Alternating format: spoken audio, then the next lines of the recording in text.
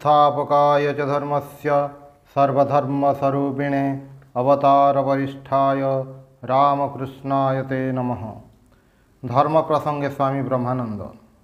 स्थान बेलूर मठ 1914 ख्रीष्टाब्द। ठाकुरे कहते तीनिटा आकर्षण एकत्र हेले भगवान लाभ हुए। विषयर विषय उपरे, मार संतान उपरे, सतीर पति उपरे, यही तीनोटी आकर्षण भगवान को उपरे हेले तांकु पाइब। यही कथार अर्थ कौन? जेतेबेले मनरु सबु वासना चली जाई भगवान को पाइबा पई प्रबल आकांक्षा हेब, सेतेबेले तांकु लाभ करिबा संभव हेब। सही अवस्थारे तांकर दर्शन स्पर्शन लाभ करी आमे धन्य हेबु। गीतारे भगवान कहिसंती सर्वधर्मान परित्यज्य मामेकं शरणं ब्रज। सबु किछि त्याग करी मते अर्थात भगवान को आश्रय कर। शरणागत शरणागत एहा व्यतीत अन्य गति नहीं। कली रे जीव अन्नगत प्राण, अल्पायु, अल्प समय रे अनेक काम करने को हेब। सही शक्ति सामर्थ्य, त्याग तपस्या और साहस नहीं। मन दुर्बल, फलत अधिक भोगाशक्ति। ताहा सत्वे भगवान को पाइबा को हेब, अन्यथा ये जीवन वृथा। केवल जीवा आसवा ही सार है। तांकर शरणागत होई पड़ी रहिबा व्यतीत ए जुगरे आउ सहज रास्ता नहीं। शरणागत कहिले आमे कौन बुझू? आमे कौन किछि करिबा नहीं? हाथ गोड़ टेकी बसी रहिबा? ना, ताहा नुहे। तांको निकटरे सरल मनरे सर्वदा प्रार्थना करिया को हेब, हे प्रभु, मु भलबंद किछि जाने नहीं। मु तुमर आश्रित, मोर जहा अभाव तुमे ताहा पूरण कर। जेउ रास्तारे चलिले मोर कल्याण हेब, सेही रास्तारे मते आगे नहीं चल। तुमको स्मरण मनन करिबा पई शक्ति दियो। शरणागत होई पड़ी रहिबा कौन कम कथा? अनेके मुहरे कहती मु तांकर शरणागत, से जेपरी कराउछंती सेपरी करुछि, किंतु तार जीवन को लक्ष्य कले देखिब जे से मुहरे जहा कहे ठीक ताहार विपरीत आचरण करे। कौनसी भल काम कले भगवान को भूली जाई मु करिछि बोली कही आनंदरे नाचे। जदि कौनसी विपद आसे सेतिपाई से भगवान को दायी करे, आउ कहे से मते कष्ट देउछंती, दुख देउछंती इत्यादि। अधिकांश लोक एभली भाव जीवन कटाती। आमे बाहरर चालीचलन देखी जड़े भल कि मंद विचार करूँ, किंतु भगवान अंतर्जामी, से मन देखी विचार करती।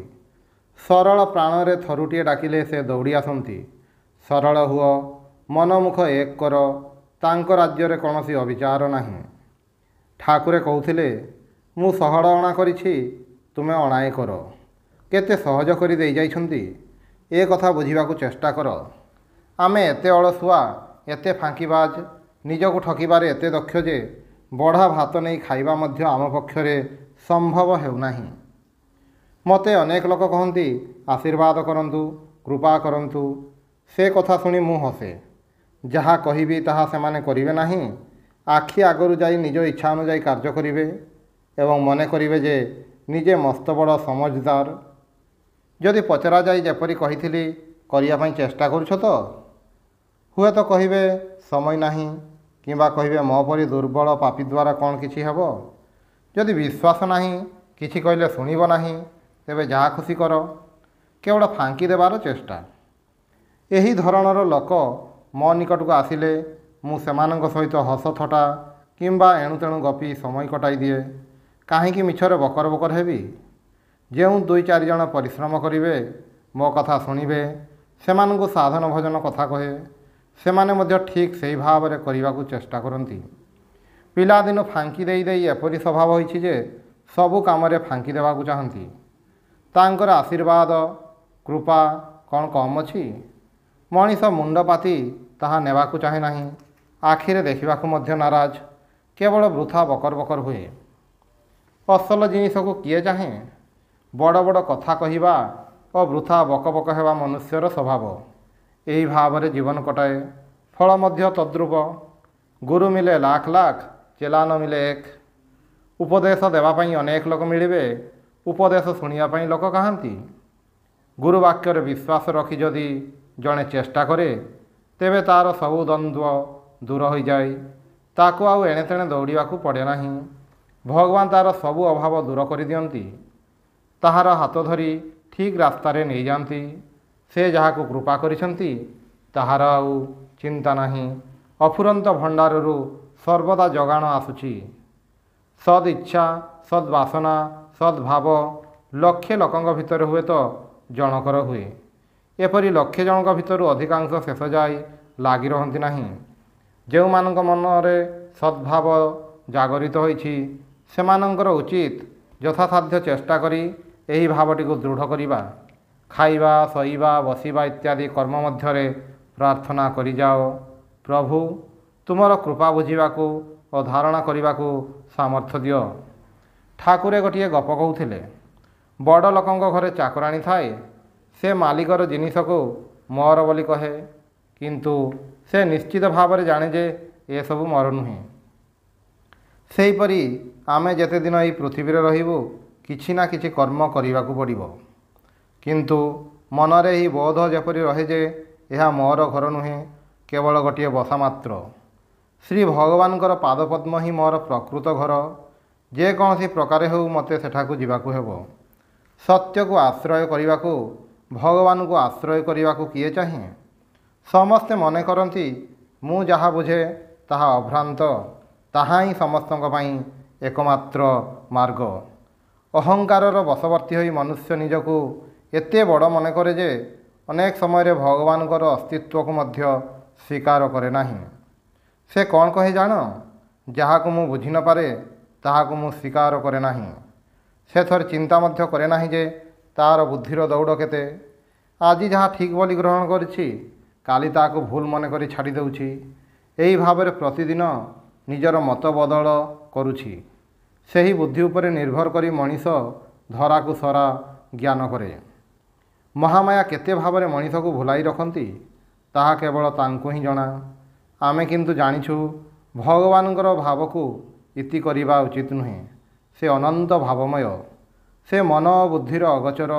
ସେ ଯାହାକୁ ଦେଖାନ୍ତି, ଜଣାନ୍ତି, ବୁଝାନ୍ତି ସେ ହିଁ କେବଳ ତାହା ଦେଖିବାକୁ, ଜାଣିବାକୁ ଓ ବୁଝିବାକୁ ସକ୍ଷମ ହୁଏ। ତାଙ୍କୁ ଜାଣିଲେ ଜ୍ଞାନର ଦ୍ୱାର ଖୋଲିଯାଏ, ସବୁ ଗଣ୍ଠି ଖୋଲିଯାଏ। ମନୁଷ୍ୟ ଯେତେବେଳେ ଏହି ଅବସ୍ଥା ଲାଭ କରେ ସେତେବେଳେ ତାହାର ସଠିକ୍ ଧାରଣା ହୁଏ ଯେ ମୁଁ ତାଙ୍କର, ସେ ମୋର। ମା ଜଗାଇ ନଦେଲେ ଜ୍ଞାନ କେଉଁଠାରୁ ଆସିବ? ଏହି ଜଗତର ବା ପରଜଗତର ରହସ୍ୟ ଭେଦ କେବଳ ସେତିକି ବେଳେ ସମ୍ଭବ ଯେତେବେଳେ ସେ କୃପା କରି ସକଳ ଦ୍ୱାର ଉନ୍ମୁକ୍ତ କରିବେ। ଆମେ ଯାହାକୁ ବୁଦ୍ଧି କହୁ ସେ ବୁଦ୍ଧି ପ୍ରକୃତ ବୁଦ୍ଧି ନୁହେଁ। ତାହାର ସୀମା ଖୁବ୍ ସଂକୀର୍ଣ୍ଣ। ଯେଉଁମାନେ ଏହି ଜୀବନରେ ପ୍ରକୃତ ଆନନ୍ଦ ପାଇବାକୁ ଇଚ୍ଛା କରନ୍ତି ଏବଂ ମୁଁ କିଏ, କେଉଁଥିପାଇଁ ଏଠାକୁ ଆସିଛି, କାହିଁକି ଏତେ ଦୁଃଖ କଷ୍ଟ ପାଉଛି, କାହିଁକି ମନୁଷ୍ୟ ଦେବତ୍ୱ ଓ ପଶୁତ୍ୱ ଲାଭ କରୁଛି ଇତ୍ୟାଦି ଜଟିଳ ସମସ୍ୟାର ସମାଧାନ ପାଇଁ ଉତ୍ସୁକ, ସେମାନଙ୍କର ଏକମାତ୍ର କର୍ତ୍ତବ୍ୟ ଯେକୌଣସି ପ୍ରକାରେ ଭଗବାନଙ୍କୁ ଜାଣିବା। ତାଙ୍କୁ ଜାଣିଲେ ସବୁ ପ୍ରଶ୍ନର ମୀମାଂସା ହେବ, ସବୁ ପ୍ରଶ୍ନର ଇତି ହୋଇଯିବ। ପିଲାମାନେ ଖୁଣ୍ଟି ଧରି ସାଇଁ ସାଇଁ ଘୂରନ୍ତି, ତାଙ୍କୁ ଭାରି ମଜା ଲାଗେ। କିନ୍ତୁ ସେତେବେଳେ ତାଙ୍କର ମନ କେଉଁଠି ଥାଏ ଜାଣିଛ?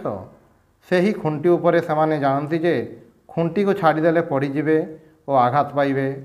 ଖୁଣ୍ଟିକୁ ଭଲ ଭାବରେ ଧରିଥିଲେ ଯେତେ ଜୋରରେ ଘୂରନା କାହିଁକି କୌଣସି ଭୟ ନାହିଁ। ସେହିପରି ତାଙ୍କୁ ପ୍ରଥମେ ଜାଣିବାକୁ ହେବ।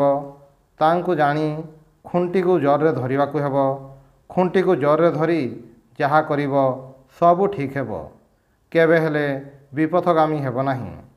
ସେତେବେଳେ ଜ୍ଞାନ, ଭକ୍ତି ଓ କର୍ମ ଯେକୌଣସି ରାସ୍ତାରେ ପାଦ ଦେଇ ଚାଲନା କାହିଁକି ନିଜର ଓ ସମାଜର କଲ୍ୟାଣ ହେବ, ମନୁଷ୍ୟ ଜନ୍ମ ସାର୍ଥକ ହେବ। ସ୍ଥାନ ବେଲୁଡ଼ ମଠ, 5 ଡିସେମ୍ବର 1915 ଖ୍ରୀଷ୍ଟାବ୍ଦ। ମଠରେ ଶ୍ରୀ ଶ୍ରୀ ମହାରାଜ, ବାବୁରାମ ମହାରାଜ, ମହାପୁରୁଷ ମହାରାଜ, ଖୋକା ମହାରାଜ ପ୍ରଭୃତି ରହିଛନ୍ତି। କିଛି ଦିନ ହେଲା ମହାରାଜ ନିୟମ କରିଛନ୍ତି ରାତି 4ଟାରେ ଉଠି ପ୍ରାତଃକୃତ୍ୟ ସାରି 4:30 ଭିତରେ ସମସ୍ତଙ୍କୁ ଜପଧ୍ୟାନରେ ବସିବାକୁ ହେବ। 2 ଘଣ୍ଟା ଜପଧ୍ୟାନ କରିବା ପରେ ଘଣ୍ଟାଏ ମହାରାଜଙ୍କ ଘରେ ବସି ଭଜନ ହେବ। ଅନ୍ତେବାସୀମାନଙ୍କୁ ଠିକ୍ ସମୟରେ ଉଠାଇବା ପାଇଁ ମହାରାଜ ନିଜେ 4ଟା ପୂର୍ବରୁ ଉଠୁଥିଲେ। ଏବଂ 4:10 ଜଣେ ସେବକଙ୍କ ଦ୍ୱାରା ଘଣ୍ଟି ବଜାଇବାର ବ୍ୟବସ୍ଥା କରିଥିଲେ। ଦିନେ ଦିନେ ଭଜନ ପରେ ସାଧନ ଇତ୍ୟାଦି ନାନା ବିଷୟରେ ଉପଦେଶ ଦେଉଥିଲେ। ମହାରାଜ କହୁଛନ୍ତି, ଇନ୍ଦ୍ରିୟର କର୍ତ୍ତା ମନକୁ ଦମନ କରିବାକୁ ହେବ। ପୁନଶ୍ଚ ମନ ଓ ବୁଦ୍ଧି ଉଭୟକୁ ଆତ୍ମାରେ ଲୟ କରିବାକୁ ହେବ। ମନକୁ ସମ୍ପୂର୍ଣ୍ଣ ମାରି ନଦେଲେ ଚଳିବ ନାହିଁ। ସାଧୁ ସଙ୍ଗ ଯୋଗୁଁ ଇନ୍ଦ୍ରିୟ ଗୁଡ଼ିକ ଚୁପ୍ କରି ରହିଛନ୍ତି। ଭାବ ନାହିଁ ଯେ ସେମାନେ ଆଉ ନାହାନ୍ତି। ସମାଧି ନହେଲେ ସେମାନେ ଯିବେ ନାହିଁ।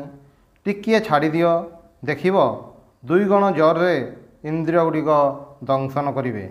ଅତଏବ ଯେ ପର୍ଯ୍ୟନ୍ତ ତୁମେ ମନବୁଦ୍ଧିର ଊର୍ଦ୍ଧ୍ୱକୁ ନ ଯାଇଛ, ସେ ପର୍ଯ୍ୟନ୍ତ ସାବଧାନ ରହିବା ଦରକାର। ଭଗବାନ ଅଛନ୍ତି, ଧର୍ମ ଅଛି, ଏସବୁ କେବଳ ମୁହଁର କଥା ବା ନୀତି ରକ୍ଷା ପାଇଁ ନୁହେଁ। ବାସ୍ତବିକ ସେ ଅଛନ୍ତି। ସେ ପ୍ରତ୍ୟକ୍ଷର ବିଷୟ, ଉପଲବ୍ଧିର ବିଷୟ। ତାଙ୍କଠାରୁ ଅଧିକ ସତ୍ୟବସ୍ତୁ ଆଉ କିଛି ନାହିଁ। ମତାନ୍ଧତା ଭଲ ନୁହେଁ। ଧୀର, ସ୍ଥିର, ସଂଯମୀ ହେବାକୁ ହେବ।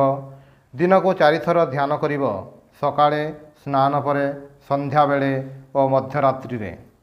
ଭଗବାନ ଲାଭ ପାଇଁ ଘରଦ୍ୱାର ଛାଡ଼ି ଆସିଛ, ତେଣୁ ତାଙ୍କୁ ପାଇବା ପାଇଁ ଏକନିଷ୍ଠ ହୋଇ ପ୍ରାଣପଣ ଚେଷ୍ଟା କର। ପାଗଳା କୁକୁର ପରି ଭଗବାନ ପାଇଁ କ୍ଷିପ୍ତ ହେବାକୁ ପଡ଼ିବ। ମୁଠାଏ ଡାଲି ଭାତ ଖାଇ ମଠରେ ଖାଲି ପଡ଼ି ରହିବା ଅତ୍ୟନ୍ତ ହୀନ ଜୀବନ। ନ ହେଲା ଏପାଖ ନା ସେପାଖ, ଇତନଷ୍ଟ ସ୍ତତଭ୍ରଷ୍ଟ। ମନ ଯଦି ତାଙ୍କଠାରେ ସ୍ଥିର ନ ହୁଏ, ଅଭ୍ୟାସ କରିବାକୁ ହେବ। ପ୍ରତିଦିନ 1 ଅଧ୍ୟାୟ ଗୀତା ପାଠ ଦରକାର। ମୁଁ ନିଜେ ଦେଖିଛି, ମନ ଯେତେବେଳେ ତଳକୁ ଖସି ଆସେ, ଅଳ୍ପ ଗୀତା ପାଠ କଲେ ସେସବୁ ଝାଡ଼ୁ ମାରି ସଫା କରିଦିଏ। ପ୍ରତିଦିନ ମନକୁ ପଚାରିବ, କ'ଣ କରିବା ପାଇଁ ଆସିଛି ଏବଂ କିପରି ଦିନଟା ଗଲା। ପ୍ରକୃତରେ କ'ଣ ମୁଁ ଭଗବାନଙ୍କୁ ଚାହେଁ? ଯଦି ଚାହେଁ ତ ସେଥିପାଇଁ କ'ଣ କରୁଛି? ଛାତିରେ ହାତ ଦେଇ କହିଲୁ ଦେଖି, ତାଙ୍କୁ ପାଇବା ପାଇଁ ଚେଷ୍ଟା କରୁଛୁ କି ନାହିଁ? ମନ ଫାଙ୍କି ଦେବା ପାଇଁ ଚେଷ୍ଟା କରିବ, ତାହାର ତଣ୍ଟି ଚିପି ଧର, ଯେପରି ସେ ଫାଙ୍କି ଦେଇ ନ ପାରେ। ସତ୍ୟକୁ ଧରିବାକୁ ହେବ, ପବିତ୍ର ହେବାକୁ ହେବ। ଯେତେ ପବିତ୍ର ହେବ, ସେତେ ମନର ଏକାଗ୍ରତା ବଢ଼ିବ ଓ ମନର ସୂକ୍ଷ୍ମ ଫାଙ୍କି ସବୁ ଧରାପଡ଼ିବ ଏବଂ ତାହା ସମ୍ପୂର୍ଣ୍ଣ ରୂପେ ନାଶ ପାଇବ। କେ ଶତ୍ରବଃ ସନ୍ତି ନିଜେନ୍ଦ୍ରିୟାଣି ତାନ୍ୟେବ ମିତ୍ରାଣି ଜିତାନି ଜାନି। ଏହି ମନ ହିଁ ନିଜର ଶତ୍ରୁ ଏବଂ ଏହି ମନ ହିଁ ନିଜର ମିତ୍ର। ଯିଏ ଯେତେ ଜେରା କରି ମନର ଏହି ଦୋଷ ବାହାର କରି ତାକୁ ସମ୍ୟକ ରୂପେ ନାଶ କରିପାରିବ, ସେ ସେତେ ଦ୍ରୁତ ସାଧନ ରାଜ୍ୟରେ ଆଗେଇ ଯିବ। ଖୁବ୍ ଜପଧ୍ୟାନ କରିବ। ପ୍ରଥମ ଅବସ୍ଥାରେ ମନ ସ୍ଥୂଳ ବିଷୟରେ ଆବଦ୍ଧ ଥାଏ। ଜପଧ୍ୟାନ କଲେ ମନ ସୂକ୍ଷ୍ମ ବିଷୟ ଧାରଣା କରିବାକୁ ସକ୍ଷମ ହୁଏ। ଜପଧ୍ୟାନ ପାଇଁ ଶୀତଦିନ ପ୍ରକୃଷ୍ଟ ସମୟ। ଆଉ ଏହି ତ ଠିକ୍ ନିୟମ। ଇହା ଆସନେ ସୁସ୍ୟ ତୁମେ ଶରୀରମ୍। ଏ କଥା ଉଚ୍ଚାରଣ କରି ବସିଯାଅ। ପ୍ରକୃତରେ ଭଗବାନ ଅଛନ୍ତି କି ନାହିଁ ଥରେ ପରୀକ୍ଷା କରି ଦେଖେ ନା। ଅଳ୍ପ ଅଳ୍ପ ତିତିକ୍ଷା, ଯେପରି ଅମାବାସ୍ୟା, ଏକାଦଶୀରେ ଏକାହାର କରିବା ଭଲ। ବୃଥା କଥାବାର୍ତ୍ତା ନ କରି ସାରାଦିନ ତାଙ୍କର ସ୍ମରଣ ମନନ କରିବା।